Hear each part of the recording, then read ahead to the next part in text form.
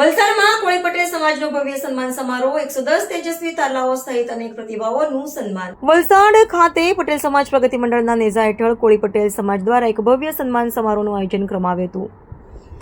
Tithal road સ્થિત સમાજની વાડીમાં યોજાયેલા કાર્યક્રમમાં શિક્ષણ, રમતગમત અને વહીવટી ક્ષેત્રે સિદ્ધિ મેળવનાર પ્રતિભાઓને મંત્રી ઈશ્વરસિંહ પટેલના હસ્તે સન્માનિત કરવામાં આવ્યા હતા. ધોરણ 10 અને 12ની પરીક્ષામાં A1 અને A2 ગ્રેડ મેળવનાર 110 વિદ્યાર્થીઓનું વિશેષ સન્માન કરવામાં આવ્યું. વિવિધ ક્ષેત્રોમાં ઉત્કૃષ્ટ યોગદાન આપનાર 16 પ્રતિભાઓને સન્માનિત કરાયા.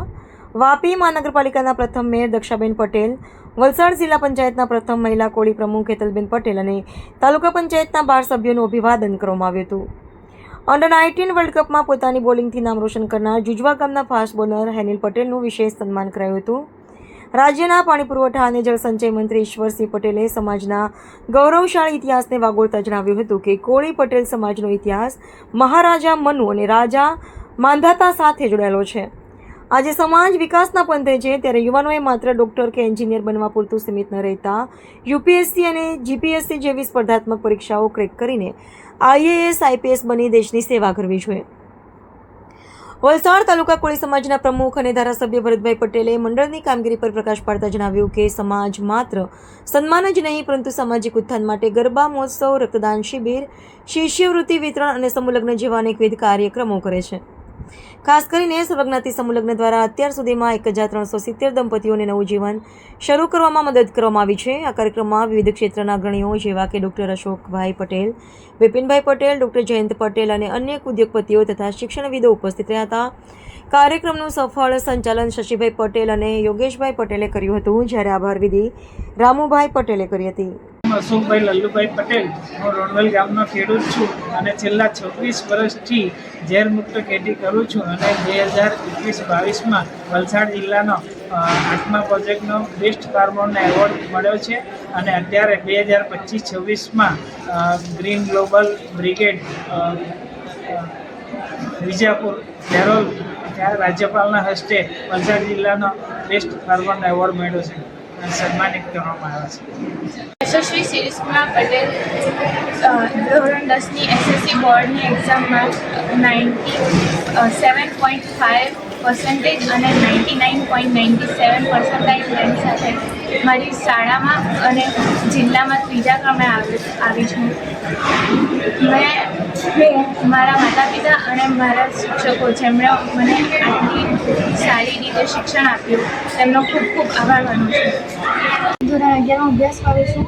આજનો જે ઉત્સવ છે ભરતભાઈ તથા કોળી સમાજના જે સભ્યો છે એના દ્વારા યોજવામાં આવ્યું છે, જેના દ્વારા અમને ખૂબ જ સન્માન કરીને અમારું ગૌરવ વધારવામાં આવે છે અને તે અમારા માટે ખૂબ જ પ્રોત્સાહનપૂર્વક છે.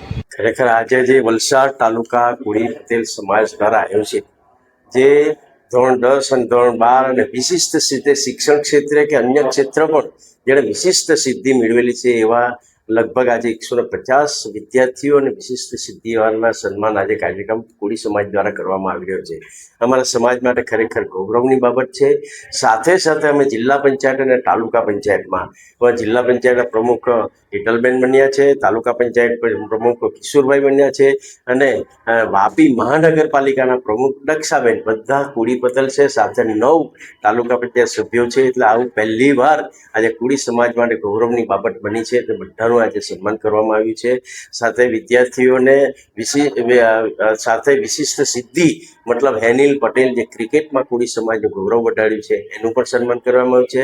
પ્રાકૃતિક ખેતીમાં એક ખેડૂત આગેવાન અશોક પટેલનું પણ સન્માન કરવામાં આવ્યું છે. આવી રીતે કોળી સમાજની તે એકતા અને સંગઠન આ કાર્યક્રમ અમે દર વર્ષે રાખીએ છીએ, પણ હવે જે સંગઠન અમારું મજબૂત થતું જાય છે અને શિક્ષણ ક્ષેત્ર હોય કે રાજકીય ક્ષેત્ર હોય કે બીજા ક્ષેત્રે આ શિક્ષણ બધી ક્ષેત્રમાં કોળી સમાજની પ્રભુત્વ વધી રહ્યું છે આ ખરેખર જોવામાં આવે છે. આજના તબક્કે એટલું ચોક્કસ કહીશ, અમારો સમાજ સંગઠિત છે અને ખૂબ મોટો સમાજ છે.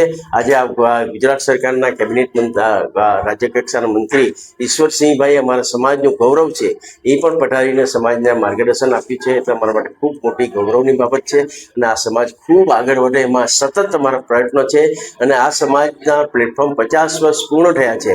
આવનારા દિવસોમાં કોળી સમાજનું સંગઠનનું અમે જિલ્લા કક્ષામાં આ દરેક કુડી પટેલને બોલાવીને આ પ્લેટફોર્મ પર મિટિંગ રાખવાના છે, જેથી કુડીનું સંગઠન ખૂબ મજબૂત થાય એવા પ્રયત્નો આવનારા દિવસમાં કરવાના છે.